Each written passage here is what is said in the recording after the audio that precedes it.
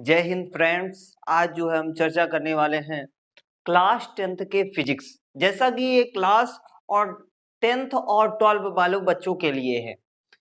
10th वालों को भी पढ़ना जरूरी है और 12 वालों को भी पढ़ना जरूरी है, क्योंकि ये सेशन जो है क्लास 12 के लिए सेकंड पेपर का काम करेगा और क्लास 10th के लिए जो है किसका काम करेगा, फिजिक्स का काम करेगा, जो कि फिजिक्स का सीरियल वाइज नंबर है। ठीक है, तो इसलिए दोनों यानी 12 वाले और 10th वाले दोनों को पढ़ना अति आवश्यक है। कुछ ऐसी बातें हैं जो 10th और 12 में कॉमन है, तो उन्हीं को हमें पढ़ना है। आगे चल के हम इसी वीडियो को अलग अलग कर देंगे, क्योंकि अभी आवश्यकता नहीं है। वही 10th में है टॉपिक और वही 12 में है। तो चलिए भैया, समय ना बर्बाद करते हुए हम बात करते हैं अपने जो है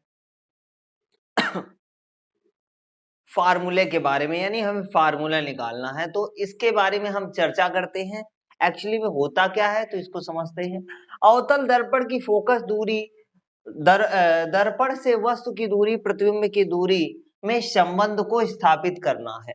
ठीक है, अथवा एग्जाम में पूछ सकता है अवतल दर्पण का सूत्र 1/f = 1/u + 1/v को सत्यापित कीजिए, ऐसा भी क्वेश्चन पूछ सकता है।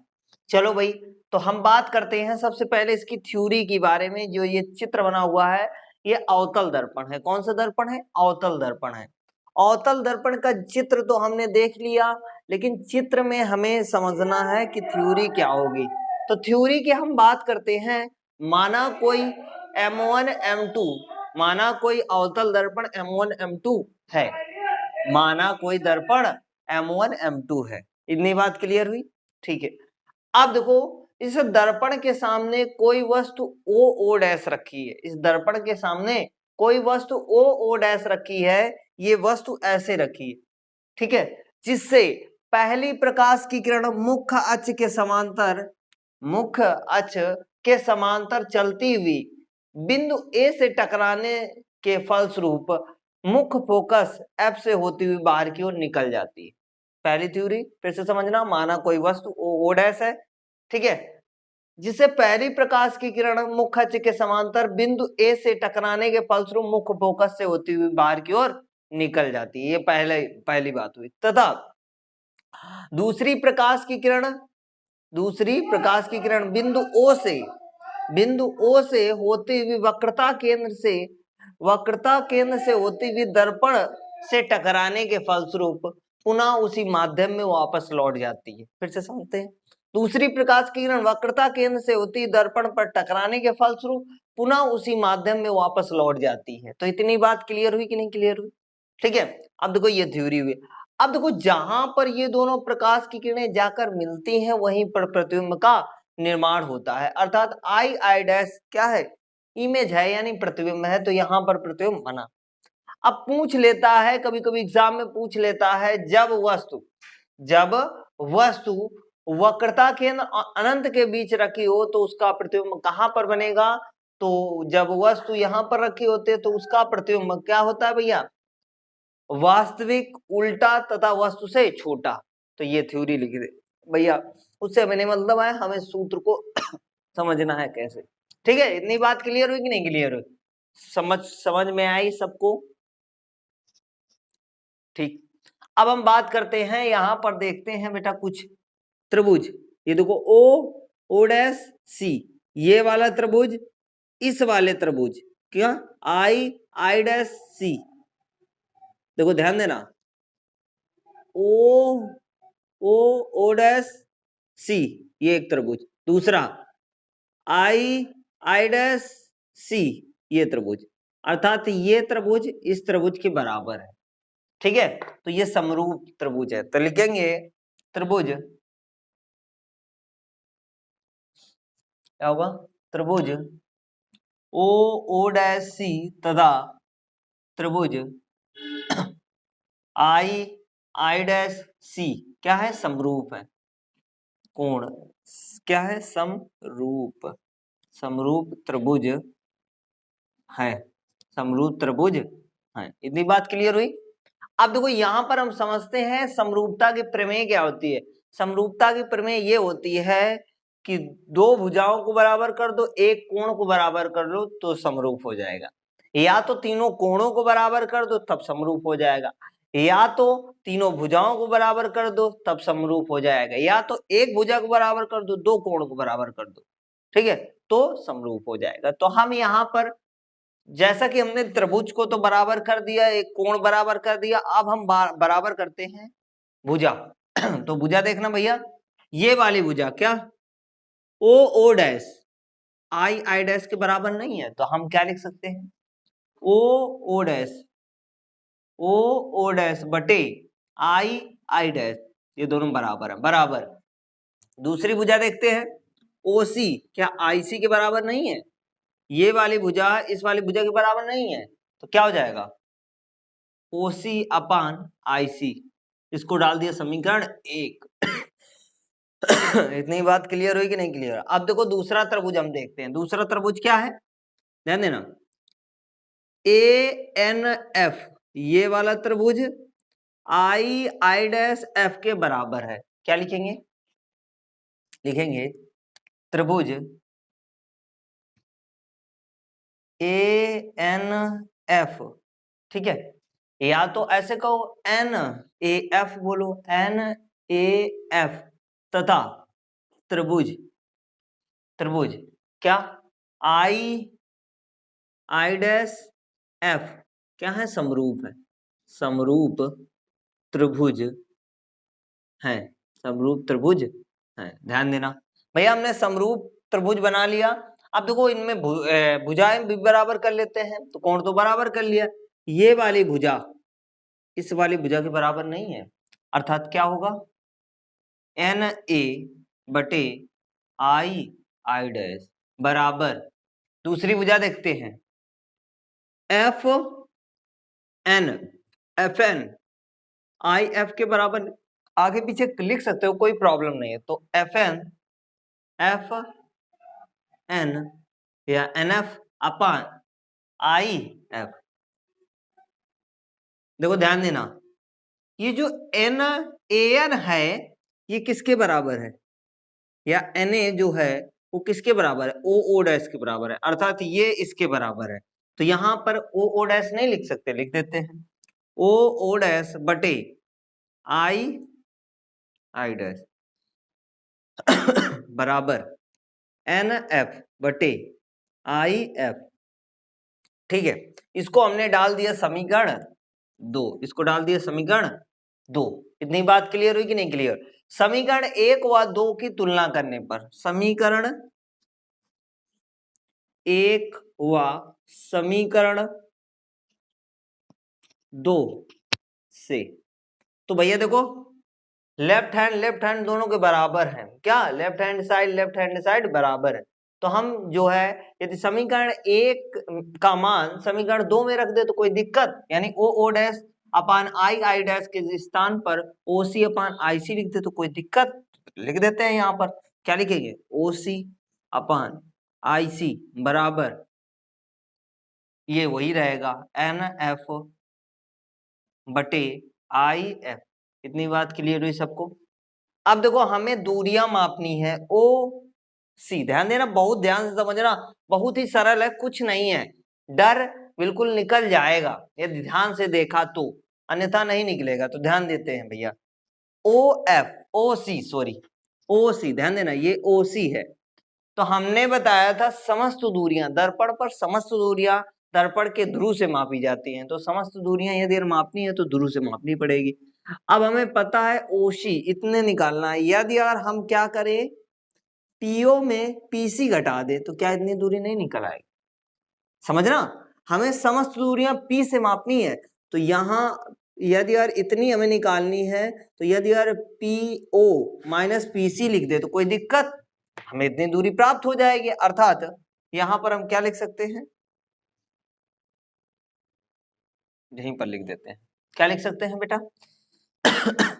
यहां हम लिख सकते हैं पीओ माइनस पी सी, ध्यान देना ये पूरी दूरी पीओ है और ये इतनी पीसी है, तो इतनी निकल आएगी अपन आईसी, देखो आई और सी, यदि यार हम इसे PC माइनस PI लिख दो, कोई दिक्कत? तो लिख देते हैं PC माइनस PI बराबर, अब ध्यान देना, NF। तो N जो है वो P के बहुत निकट है, क्या? N जो है वो N बिंदु P के निकट है, अतः N इक्वल टू P। तो यहां पर क्या हो जाएगा? PF अपान, अब देखो IF ध्यान देना, IF ये हमें निकालना है, तो PI माइनस PF कर दे, क्या? PI माइनस PF, ठीक? समझ में आई बात? इतनी बात क्लियर हुई कि नहीं क्लियर हुई? इतनी बात सबको क्लियर हुई?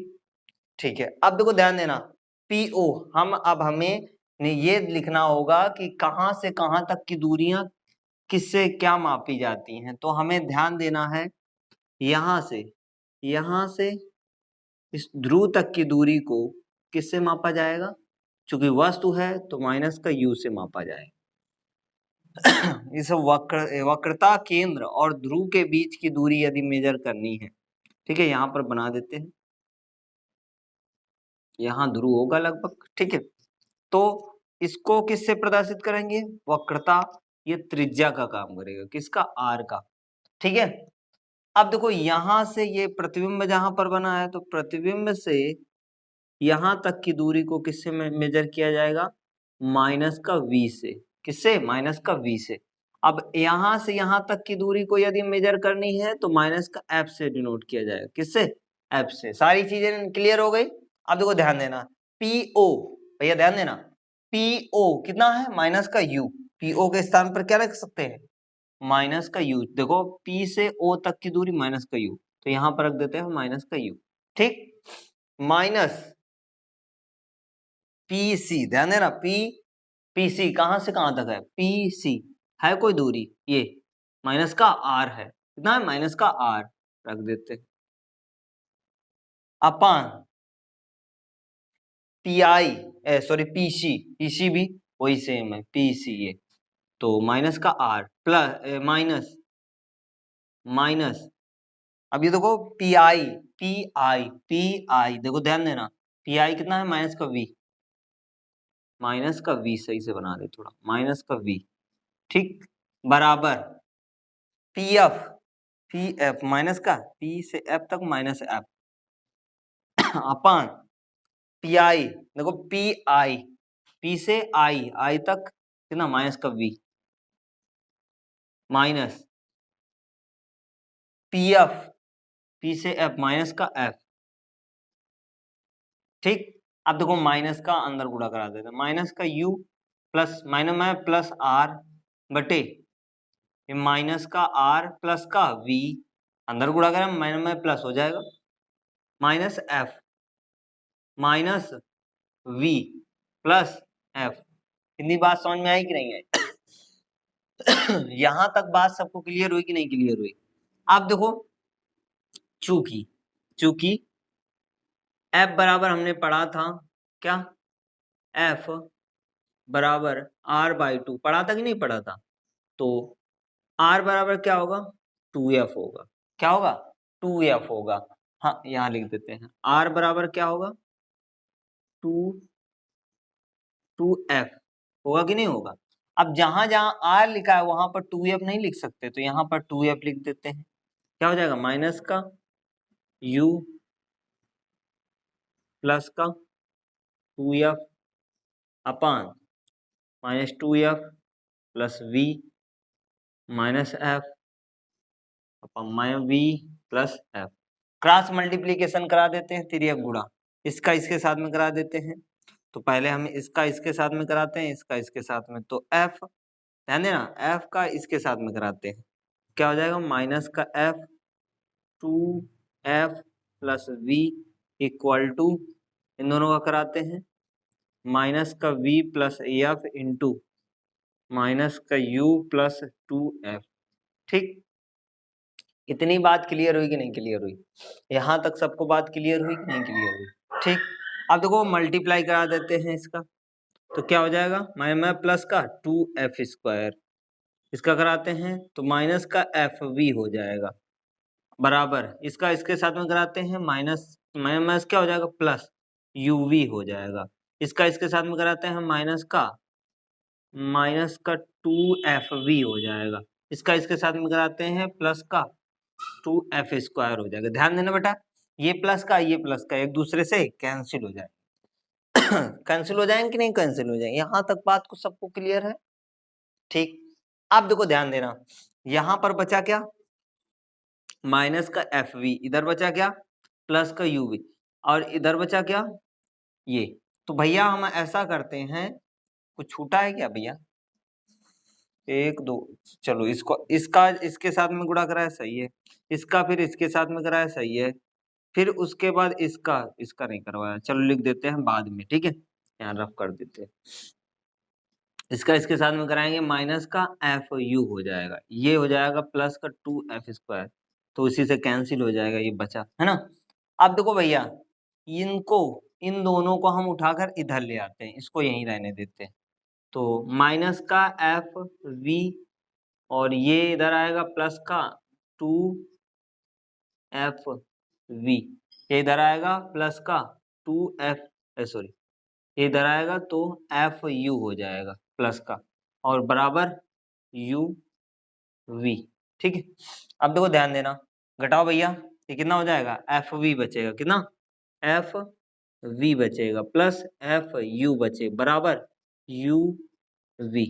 अब दोनों पक्षों में क्या करते हैं, भाग करा देते हैं, किसका, fuv का भाग करा देते हैं, fuv का भाग करा देते हैं ध्यान देना भैया, यदि इसको अलग अलग कराओगे तो f से f कैंसिल हो जाएगा, v से v कैंसिल हो जाएगा, अर्थात कहने का मतलब ये है, यहां से हम अलग अलग करवाएं तो fuv, ध्यान देना क्या क्या कट रहा है, जो जो कट रहा है उसे काट दो, तो यहाँ पर क्या कर रहा है, f से f कट रहा है, v से v कट रहा है, तो बचा क्या, 1/u। यहाँ पर देखो f से f कट रहा है, u से u कट रहा है, तो बचा क्या, यहाँ u बचा, और यहाँ पर बचेगा v बचेगा, और यहाँ पर बचेगा 1/f।